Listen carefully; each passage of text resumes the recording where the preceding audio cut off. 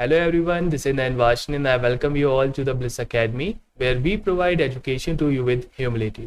इस वीडियो में हम पढ़ेंगे प्री अरेबिया के जोग्राफिकल और रिलीजियस सेटअप के बारे में।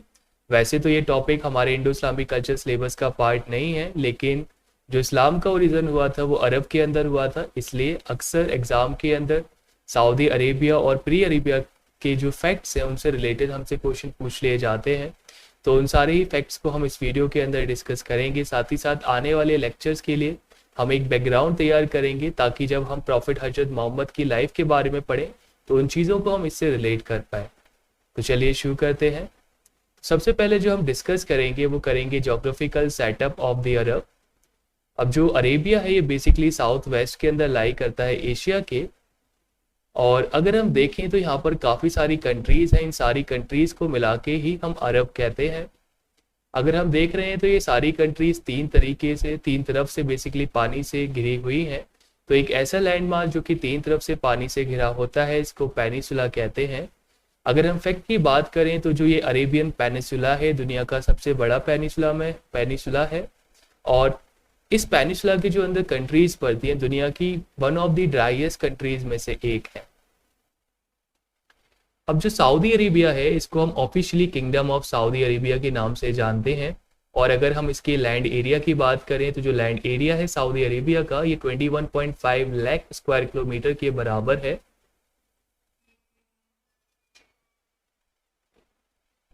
ओके, अब हम बात करते हैं कि सऊदी अरेबिया के नेबर्स कौन है या सऊदी अरेबिया किन किन कंट्रीज़ के साथ अपने बॉर्डर शेयर करती है।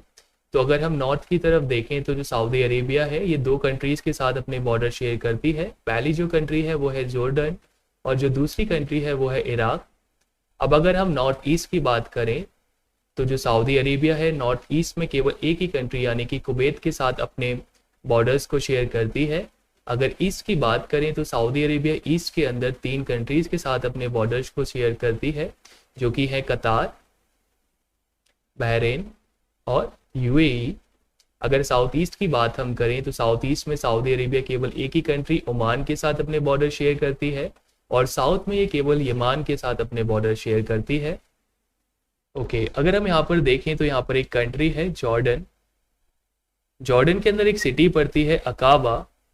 तो जो अकाबा की ये खाड़ी है यानी कि जो ये गल्फ ऑफ अकाबा है ये सेपरेट करता है इजराइल और इजिप्ट को सऊदी अरेबिया से।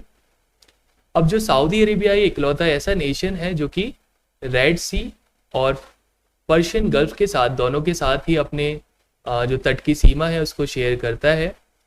सऊदी अरेबिया बेसिकली तीनों साइड से वाटर से कवर है, इसीलिए इसको अरबिक में जजीरत अल अरब यानी कि द आइसलैंड ऑफ अरेबिया के नाम से भी जाना जाता है। Saudi Arabia has the world largest petroleum reserves. जो सऊदी अरेबिया है इसके पास सबसे ज़्यादा पेट्रोलियम के रिजर्व्स हैं, और ये दुनिया का सबसे बड़ा ऑयल एक्सपोर्टर्स में से भी एक है। ये लगभग अपना 90% जो ऑयल का प्रोडक्शन है उसको एक्सपोर्ट कर देते हैं बाहर, जिससे इनकी गवर्नमेंट को लगभग 75% रेवेन्यू मिलता है। इसीलिए जो सऊदी अरेबिया की गवर्नमेंट है ये अपने लोगों का वेलफेयर अच्छी तरीके से कर पाती है। अगर हम करेंसी की बात करें सऊदी अरेबिया की तो सऊदी अरेबिया का जो करेंसी है वो है सऊदी रियाल।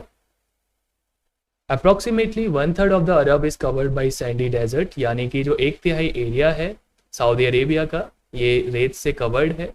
सऊदी अरेबिया का जो मेन एग्रीकल्चर प्रोडक्ट है वो है डेट्स, जिनको हम खजूर के नाम से भी जानते हैं, और जो खजूर का पेड़ यानी कि डेट पाम होता है इसको क्वीन ऑफ द ट्रीज भी कहा जाता है। अरब के अंदर ये कंट्री पड़ती है यमान। यहाँ की जो सॉइल है ये काफ़ी ज़्यादा फर्टाइल है। जैसे कि अभी हमने डिस्कस किया कि जो 1/3 एरिया है अरब का ये सैंड से कवर है।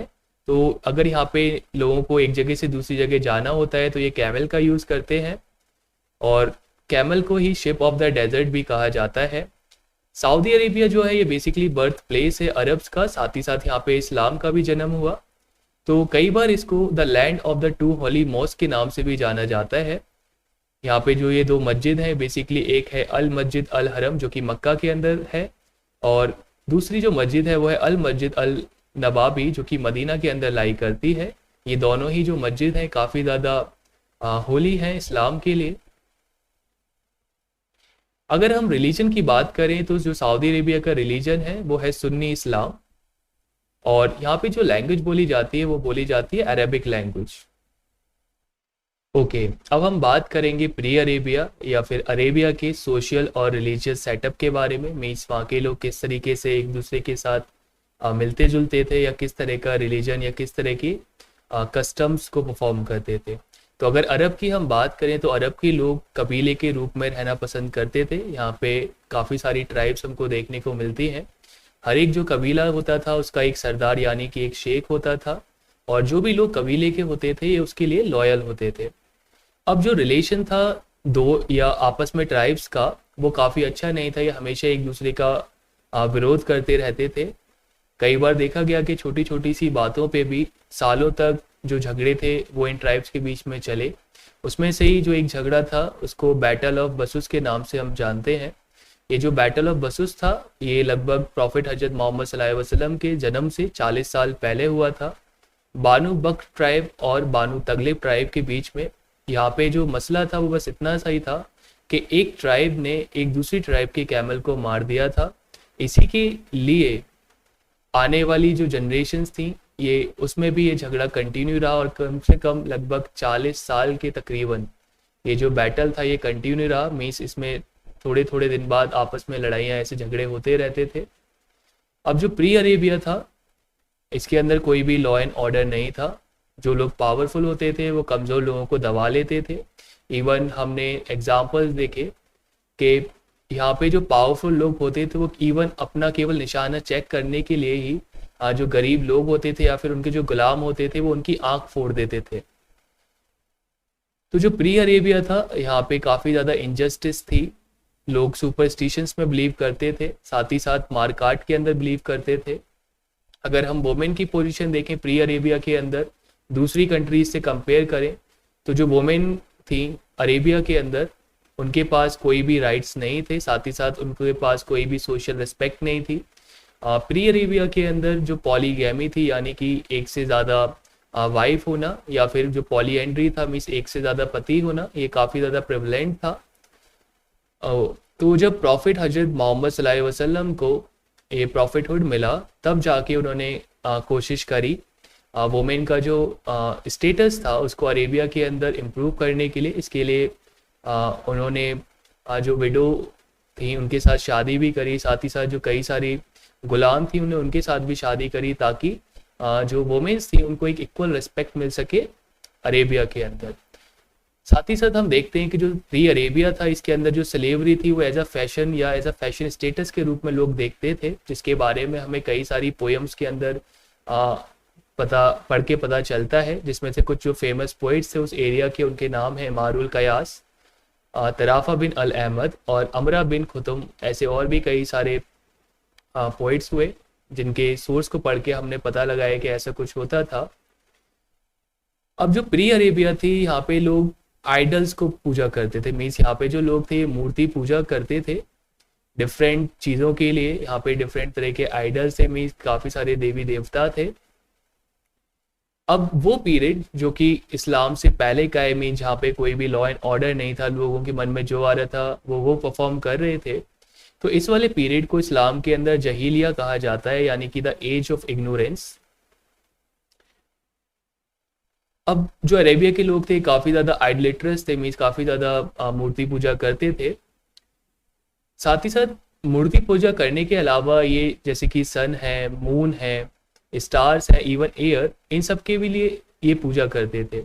इसका मतलब ये जो एक गॉड वाला जो इस्लाम का फंडा था इसमें बिलीफ नहीं रखते थे।